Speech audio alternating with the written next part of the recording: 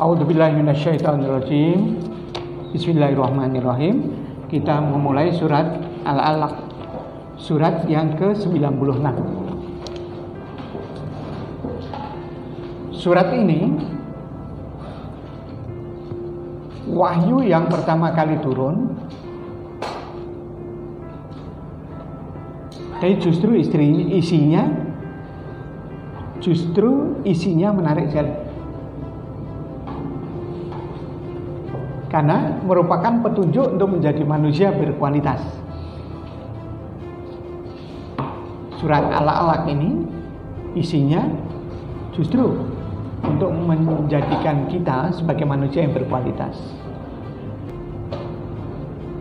Yang pertama, Allah memberikan perintah untuk kita lakukan, yaitu perintah untuk banyak membaca. Itu di ayat 1. Setelah melalui beberapa ayat, nanti kita akan lihat di ayat 19. Perintah yang kedua, yaitu wasjud, perintah untuk bersujud.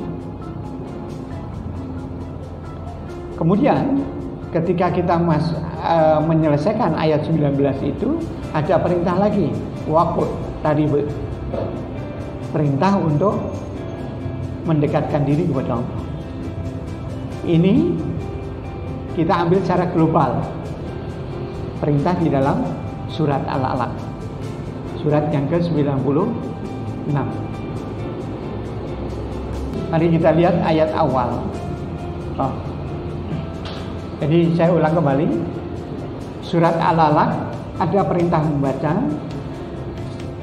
Allah jabarkan dari ayat 1 sampai ayat 18. Kemudian surat Al-Alaq ini di ayat 19 Allah berikan perintah yang kedua, yaitu perintah untuk sujud. Kemudian yang ketiga, perintah untuk mendekatkan diri kepada Allah. Nanti kita akan lihat perimbangan antara perintah masing-masing perintah itu. Kita masuk ayat yang pertama. Allah berfirman, Iqra, bacalah. Kelengkapannya, Iqra bismi rabbikal ladzi khalaq. Allah meminta kita untuk banyak membaca. Karena ayat ini pasti akan bisa kita ulang-ulang terus. Begitu kita membaca surat ini, kita disuruh membaca, suruh banyak membaca. Nah, apa yang menarik di ayat ini? Yang menarik di ayat ini, sambil Allah meminta membaca, Allah tunjukkan dirinya, zatnya, yaitu yang mencipta. Allah tunjukkan kepada kita, seakan-akan Allah mengatakan, kamu baca, lihatlah saya ini mencipta segala hal.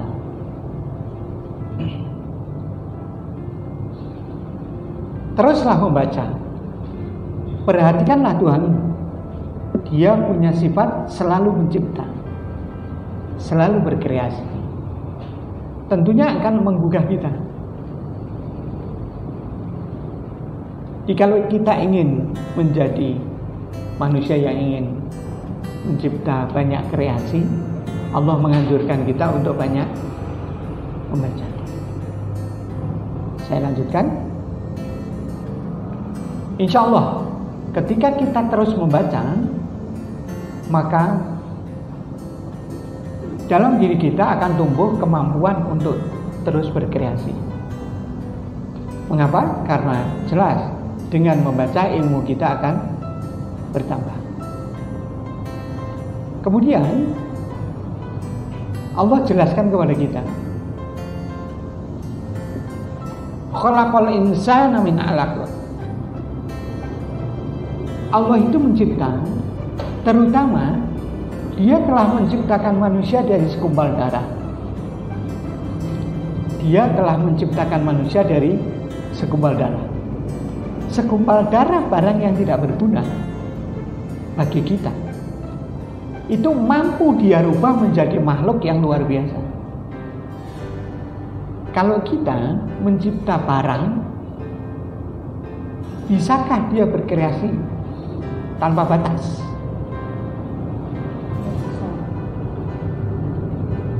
Sekarang pun kita menciptakan komputer, komputernya tidak bisa menyalakan diri sendiri. Kita harus masukkan power nya dulu, nyalakan powernya dulu, kan gitu. Ya. Dia mampu, Allah mampu menciptakan sesuatu yang luar biasa, yaitu manusia.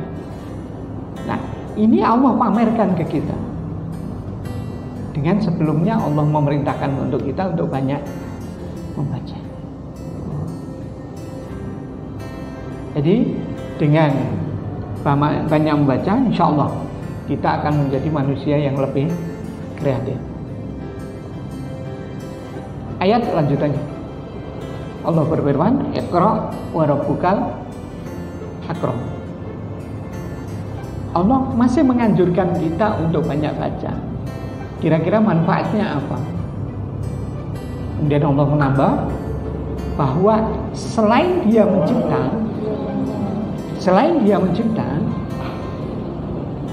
dia juga akram, dia juga pemurah,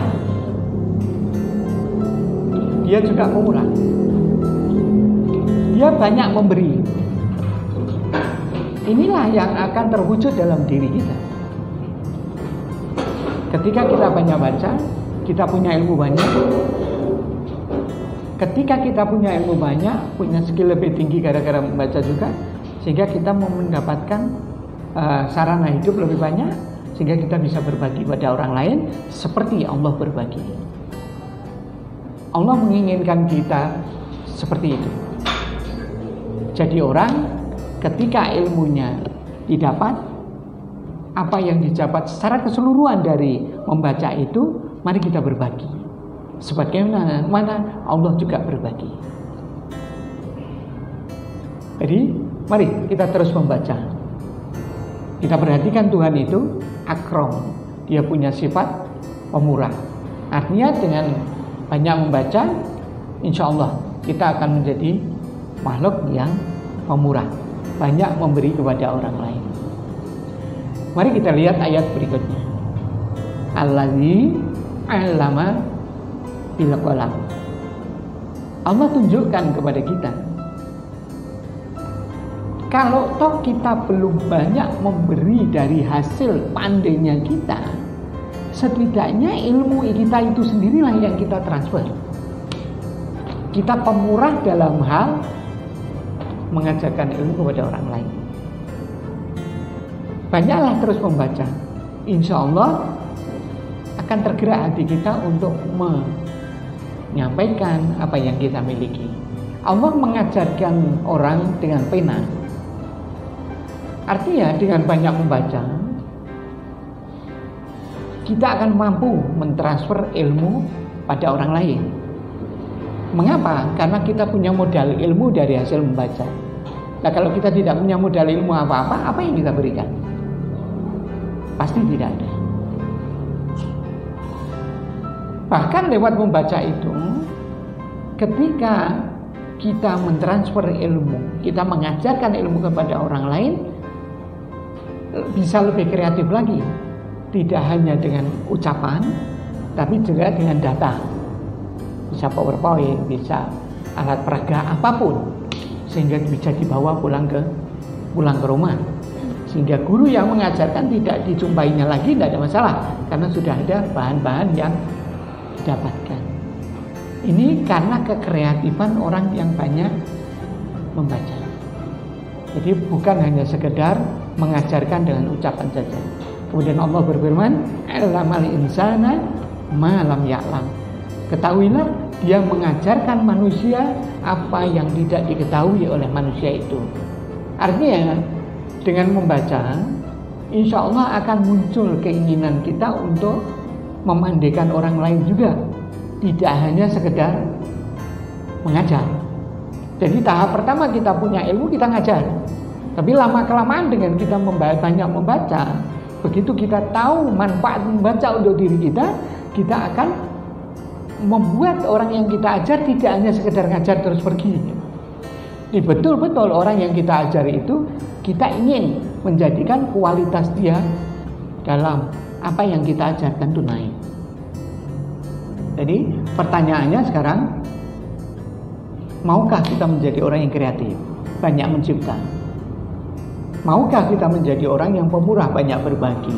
Maukah kita mempunyai jiwa mengajar, SDM mengajar kita berkembang, lingkungan kita juga menjadi lebih berkembang lagi? Maukah? Kalau mau, tidak ada cara yang lain kecuali kita harus banyak membaca. Mari saya pindah ke satu ayat lagi. Kala innal insana layatgha. Sayangnya manusia itu kalau disuruh membaca, dia yatgha. Dia memakai kemauannya diri sendiri, dia melampaui batas, tidak ingin mengikuti aturannya Allah. Banyak orang yang malas untuk membaca. Ini yang disayangkan oleh Allah. Yang disayangkan oleh Allah bahwa jiwa manusia ternyata banyak terlenakan oleh kesenangan dunia. Sehingga banyak orang yang mencari kesenangan dunia dengan instan, tidak mau lewat proses. Nah, insya Allah orang muslim, seorang muslim itu ketika banyak membaca terjemah Quran, insya Allah akan tersupport. Apa yang Allah mau akan muncul. Nah, ayat ini belum mendorong kita untuk baca Quran. Ini masih secara umum saja. Ini masih bicara dengan manusia secara keseluruhan. Tidak hanya berbicara dengan orang muslim. Seorang yang mau sukses dalam hidupnya harus banyak membaca. Kemudian membaca itu akan menjadi lebih bagus lagi kalau bisa ditransfer ke orang lain. Tentunya kalau ada seorang yang kualitasnya tinggi dalam ilmu, tentu dalam kehidupannya dia tidak akan terabaikan dalam finansialnya. Tentu tidak. Ya, satu ayat lagi perlu saya sampaikan. Ar-ra'au staghna. Saya minta maaf, tulisannya nampaknya Arabnya tidak support dengan PowerPoint yang saya sampaikan ini. Tadinya sudah ditulis baik, ternyata tidak baik. Oke. Ar-ra'au staghna. Di ayat Al-Qur'annya, ayat berapa itu? 7. Allah mengajarkan, memberitahu kita kapan orang itu malas membaca. Ketika dia mempunyai jiwa istighna, dia merasa sudah cukup dengan ilmu yang dimilikinya. Ininya yang Allah sayangkan. Banyak orang yang sudah belajar kemudian berhenti untuk mengembangkan ilmu yang dia miliki. Mari kita pindah ke ayat berikutnya. Inna ila rabbikar ruj'a. Harusnya kita sadar. Sadar apa? Harusnya kita sadar bahwa bukankah hidup ini rujukannya harus Allah. Bukankah ruj'a, bahwa rujukan kita dalam kehidupan sehari-hari itu adalah Allah. Harusnya.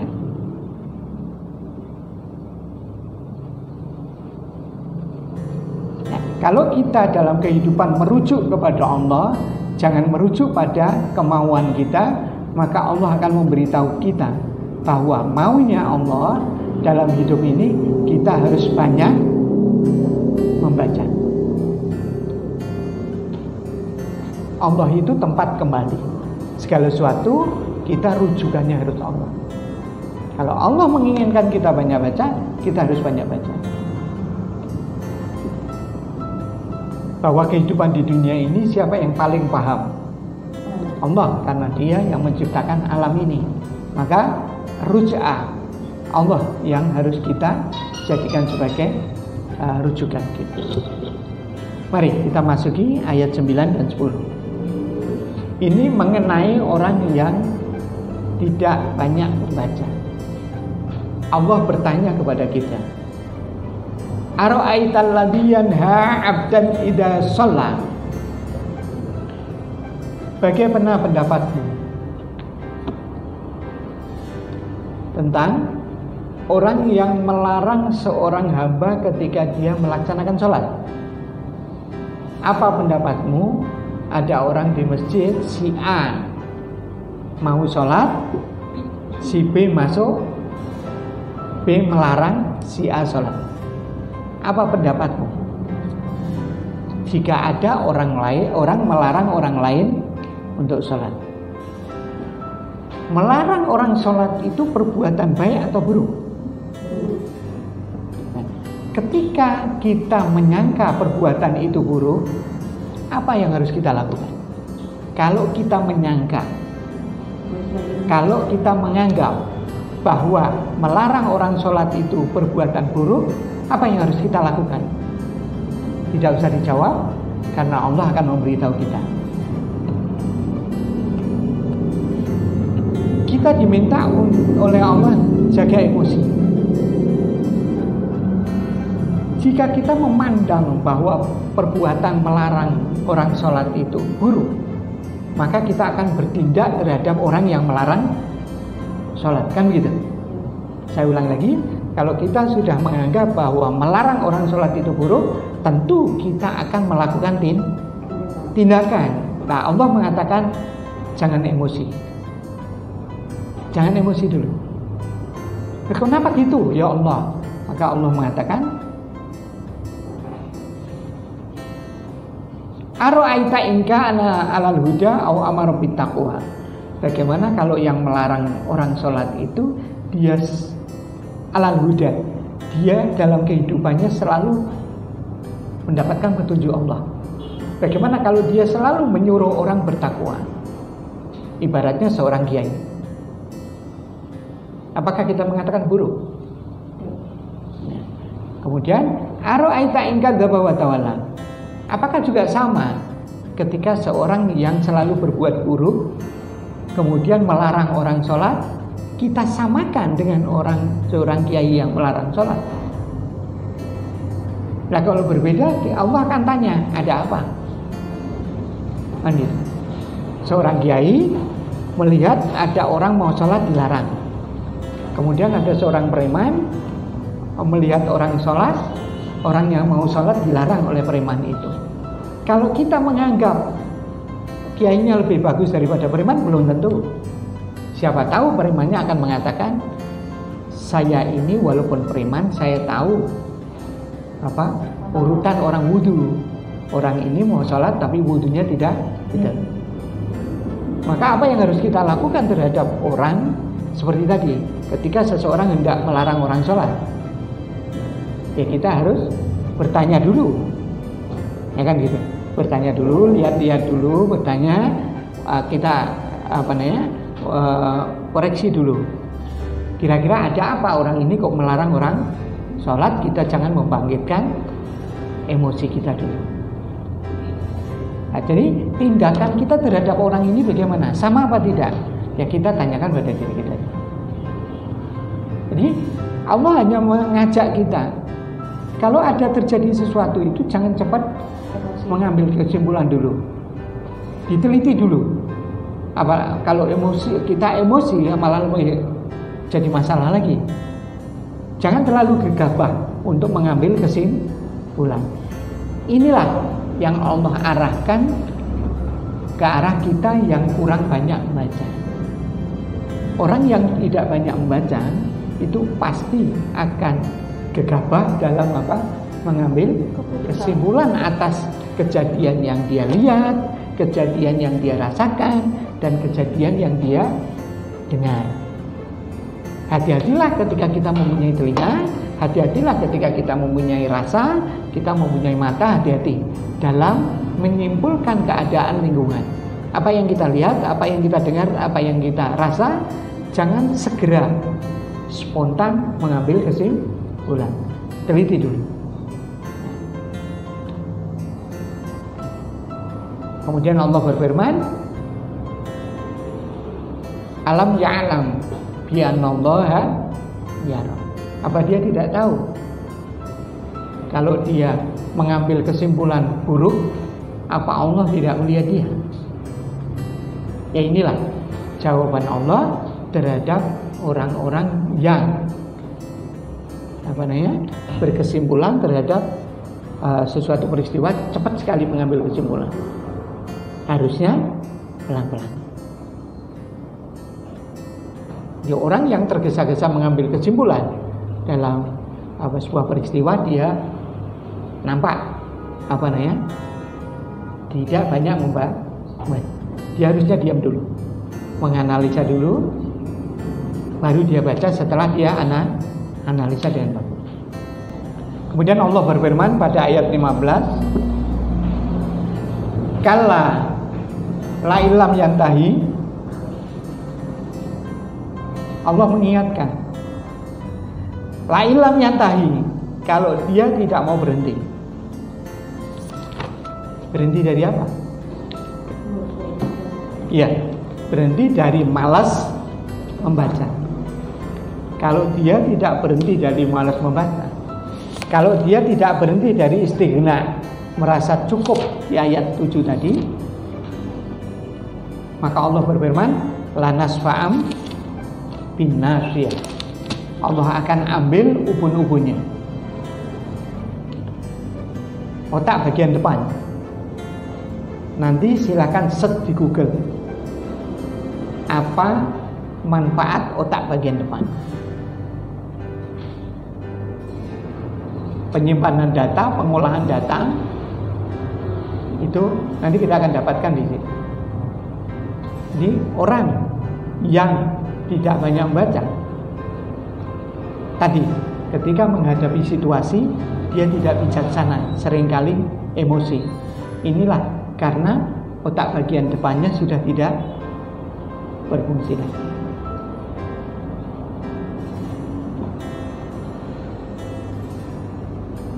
Apa yang terjadi kalau ada orang yang otak bagian depannya dicabut, fungsinya dicabut oleh Allah?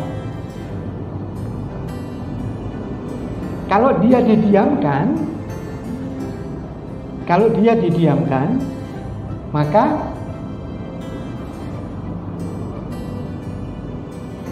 ini yang terjadi. Nasiyatin kadibah.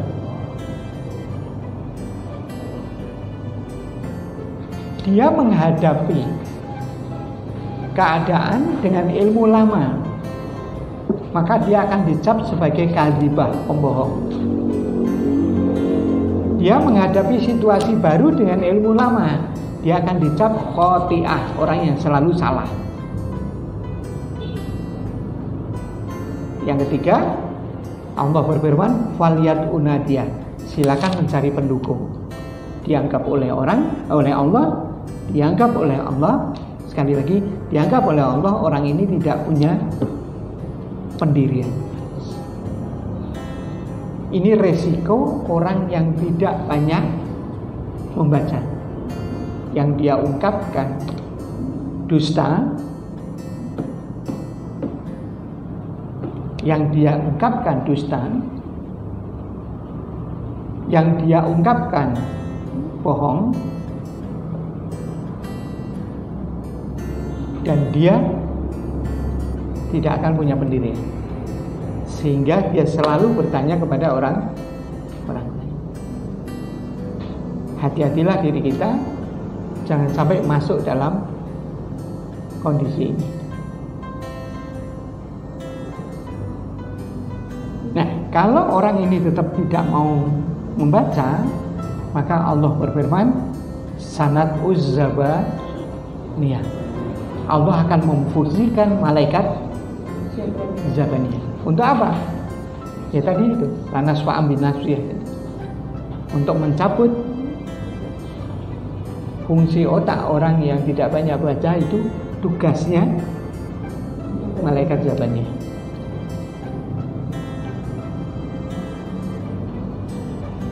Awal ayat 19. Apa pesan Allah terhadap orang yang enggan membaca? Pesan kepada kita. Allah berfirman, la tuti'hu. Jangan ikuti dia. Jangan percaya dia. La tuti'u, jangan taat pada dia. Jangan mengikuti pendapatnya. Bahasanya seperti itu. Ini kan luar biasa ya. Sampai sejauh itu Allah meminta kita jangan berteman dengan orang yang tidak banyak. Dengan orang bodoh gitu ya. Iya. Akan ketularan malas. Coba kita perhatikan ayat penjelasan ayat tentang surat perintah membaca ini sampai masuk ke sepertiga ayat 19. Tidak berhenti di ayat 18. Tapi masuk sepertiga ayat 19. Kemudian ayat 19 berikutnya nanti saya jelaskan. Masuk ke perintah yang kedua. Apa itu? Wasjud, banyak bersujud. Yang ketiga, waqtarib, banyak mendekatkan diri kepada Allah. Coba kita perhatikan itu. Tiga perintah Allah